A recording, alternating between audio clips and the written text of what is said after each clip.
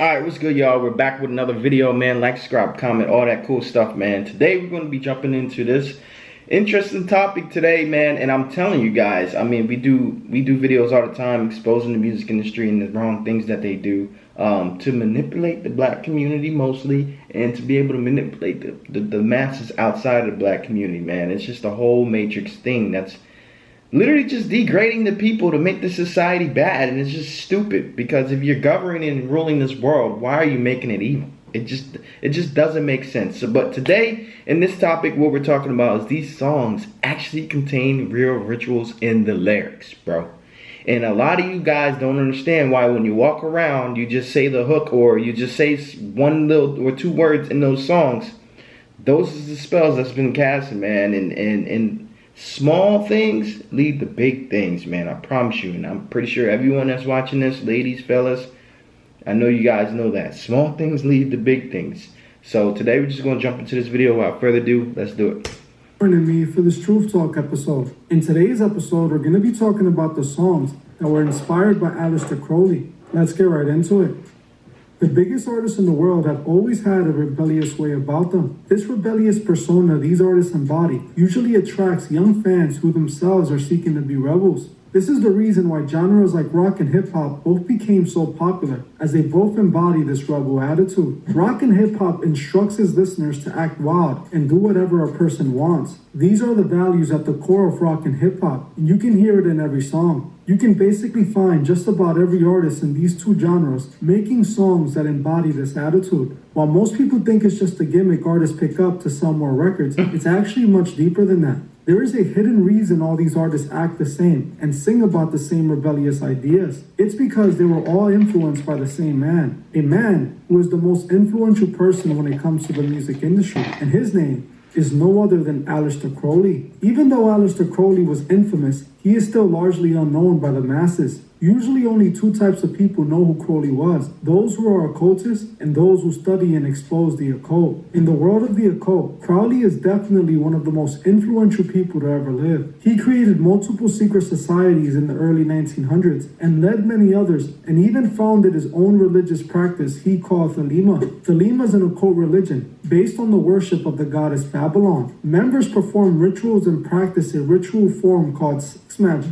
Crowley himself was known to perform many strange rituals and indulge in sex magic rituals until his passing. Crowley wasn't your average occultist. Many occultists and Crowley himself believed he was special, chosen by the gods to bring in the new aeon of the ages. According to Crowley and his followers, while he was in Egypt, he was visited and influenced by the goddess Awis, who instructed Crowley to write the Book of the Law. She told Crowley that he would bring in the new aeon, an aeon where do what thou will be the whole of the law. What Crowley meant by this was that he was going to bring in a new order of life, where the old religious values and traditions would be destroyed and replaced with the new way of life. Bro, I'm just going to pause this real quick. People, like, how do they sleep at night? Like, how do they sleep? Sometimes I'll smoke some weed and I hear stuff. Sometimes I'm like, bro, these people go to the far most absolute highest demonic realms, pulling them from other spiritual realms, bringing them here, summoning and stuff. How do they sleep at night? Like, that always, like, Dojo Cat make a music video like that, like Playboy Cardi, Uzi. How do these niggas sleep at night? I just don't get it. Do what thou wilt. Do whatever you want, whatever you desire, and only answer to yourself. Crowley's attitude is now being echoed by those in the music industry. And in today's episode... And also, it's always someone white. It's always someone white. We'll see countless examples of artists that were directly influenced by him. Many artists have paid homage to Crowley in their music, as they have used his teachings to become millionaire superstars. Some of these artists even went as far as putting Crowley's rituals in their songs for millions of fans to unknowingly invoke demonic spirits. One of the biggest artists who embodied Crowley's teaching was David Bowie. In the 1970s, David Bowie became... Looks like I gotta burn my David Bowie shirt. I got a David Bowie shirt. The biggest international rock stars in the world. He would eventually pass away in 2016, succumbing to his cancer. He was known for many hit songs like Space Oddity, Under Pressure, and Let's Dance. While most people see Bowie as a pop and rock legend, most of his fans don't know who inspired Bowie's entire identity. David Bowie was no doubt an occultist, something I saw many of his fans deny in one of my past videos. The thing is, Bowie never hid his involvement in the occult. His fans just didn't realize it. Just like many other occultists, Bowie showed his Masonic alliance with the one-eye symbolism, as he can be seen time after time again doing the one-eye symbolism pose. He was also seen doing the as above so below pose in this photo shoot, which points to the Magician Tarot card, and Crowley often referred to the same card, as it refers to as above so below, or as in heaven shall be on earth. In a code, I never understood that. How is that even demonic? Like as above, so below. That's literally what's going on. It's literally just telling us that there's life above and there's life below, and it's crazy because there's life above, spiritual, and we can't even see it, and then there's beings literally living under my feet right now. So we're literally in the middle of the crossfire. That's why it's a spiritual warfare here, and that's why a lot of things are stemming the way it is, because we're literally in the middle of good and evil, literally. That's why our physical body literally intakes good acts or bad acts.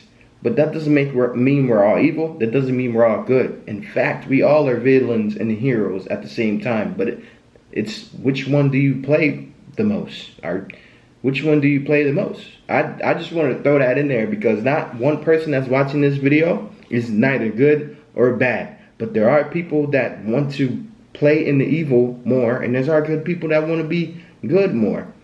Just gotta understand the facts of it. But like, I don't understand how they always talk about above as a so above, so below. I gotta literally dial into some more things like that. Theology that ties back to duality. David Bowie's biggest inspiration up until his death was no other than Aleister Crowley. Bowie wanted to be just like Crowley to the point that he even mimicked his appearance. In this photo, we see Bowie dressed in attire very similar to what Aleister Crowley had on in this photo, clearly depicting just how inspired Bowie was. Bowie didn't hide his love for Crowley either, as he...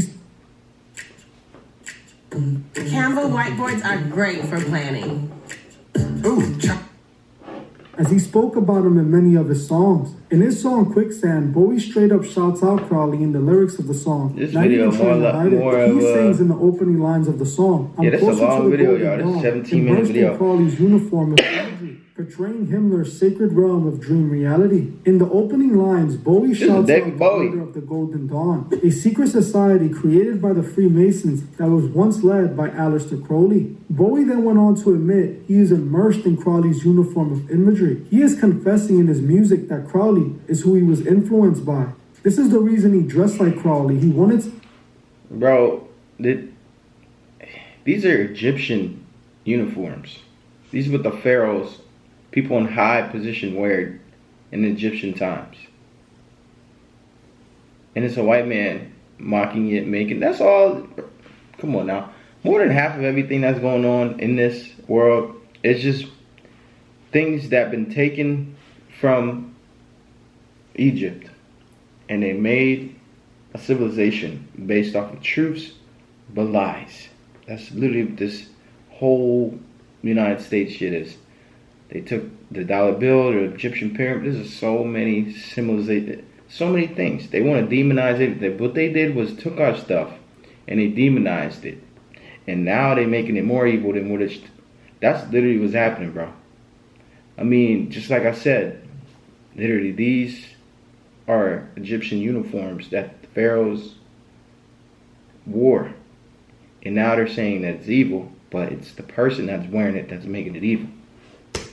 Him so bad. He pushed his ideologies through his music. In one of his very last music videos, Black Star, we can see all of Crowley's influence in full display. He sings about the Black Star just like Crowley was quoted saying, "Every man and woman is a star." Bowie also called himself the Black Star. This wasn't the only song Bowie was seen admiring Crowley, as his song Station to Station was also inspired by Crowley's novel called White Stains. Bowie's song Let's Dance, one of his big hits, was also inspired by Crowley's poem, Lyric of Love to Leah. Bowie embodied the occult with his persona, like the thin white dude. Something else. Bro, we about to wrap this video up, but I ain't gonna hold you.